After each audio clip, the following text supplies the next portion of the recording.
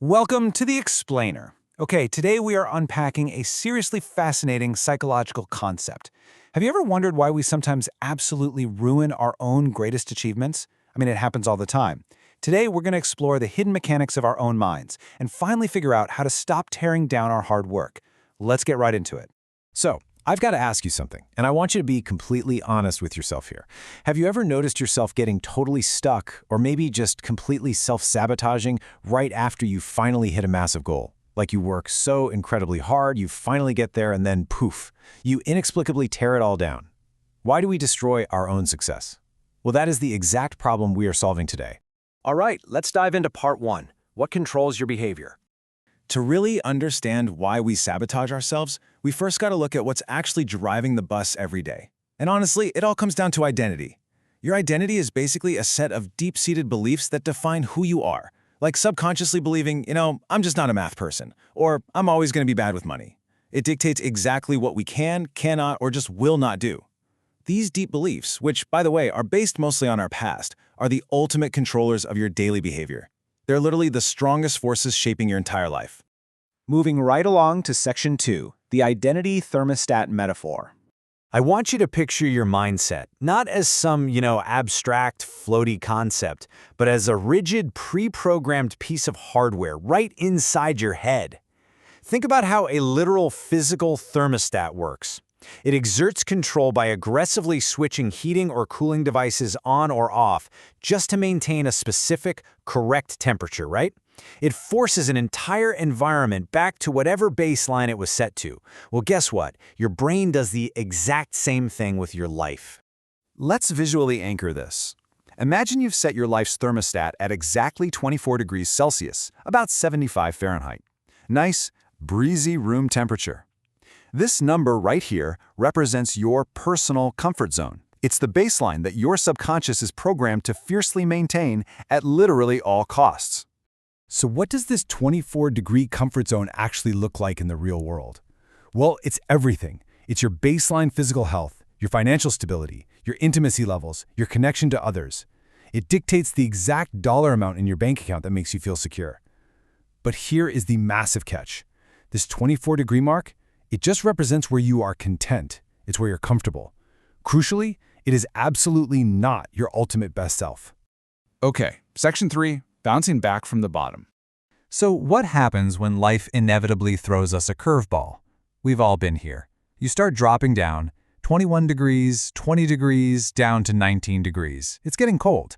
This represents that super painful experience of things just getting bad. Maybe your bank account is suddenly overdrawn, or you're eating instant ramen for the 5th night in a row. You keep dropping and dropping until you hit an absolute threshold where you just can't take it anymore. And then, bam, your internal monologue just screams, hey, what am I doing down here at a 19? I'm way more than this. It's like your internal engine kicks on. You immediately start doing everything you possibly can to make a change. You hustle, you grind, you fix the problem. Why? Because your thermostat is desperately trying to heat things back up to your nice, comfortable 24 degrees. Which brings us to section 4, the hidden trap of success.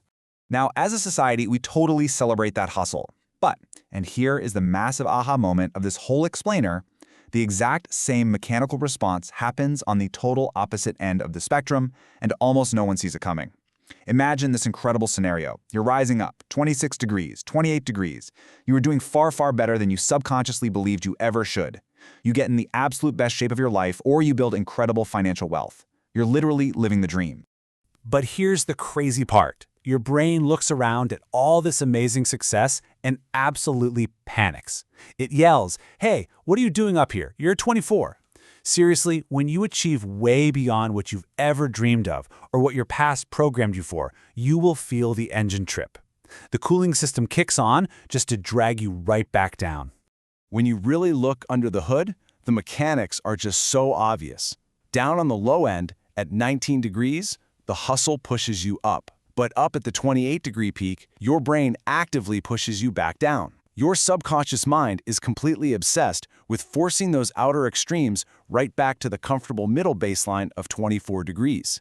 This right here is the precise mechanism of self-sabotage.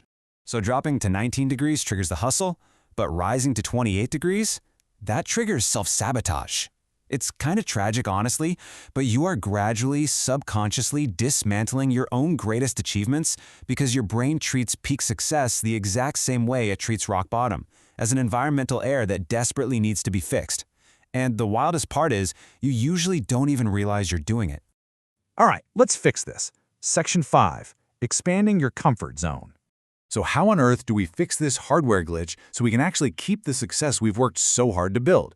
Well, the answer is incredibly simple, but man, it's profound. Don't change your identity, expand it. This is such a critical distinction. You don't need to become a brand new, unrecognizable person. You just need to stretch your capacity to hold on to growth. You have to consciously reach over and turn the dial on your thermostat up. During times of massive growth, our brain really needs to be able to look at the new reality and declare, I am capable of this. We basically have to serve up undeniable proof to our subconscious that we belong at 28 degrees just so it doesn't freak out and trip the cooling system. So how exactly do we provide that proof? By actively reprogramming the baseline using a few simple steps. Step 1. Do difficult and hard things. Step 2. Make absolutely sure those challenges are actually doable. And Step 3. Prove to your brain what is possible. For instance, if you're trying to build a whole new financial identity, don't try to make $1 million overnight, right? Start by aggressively saving an extra $100 a month. By carefully completing these doable but difficult tasks, you prove to your brain that this new reality is totally safe. You're actively redefining your own thermostat setting. Which brings us to our final question today, and it's a big one I really want you to think about. Who are you now? I mean, could you do something today, right now, to redefine yourself into something more encompassing? Forget your past. Forget that baseline you were programmed with years ago. Redefine your baseline today and decide what you will become. Don't let an outdated thermostat cool down your brilliant future. Thanks so much for diving into this explainer with me, and I'll see you next time.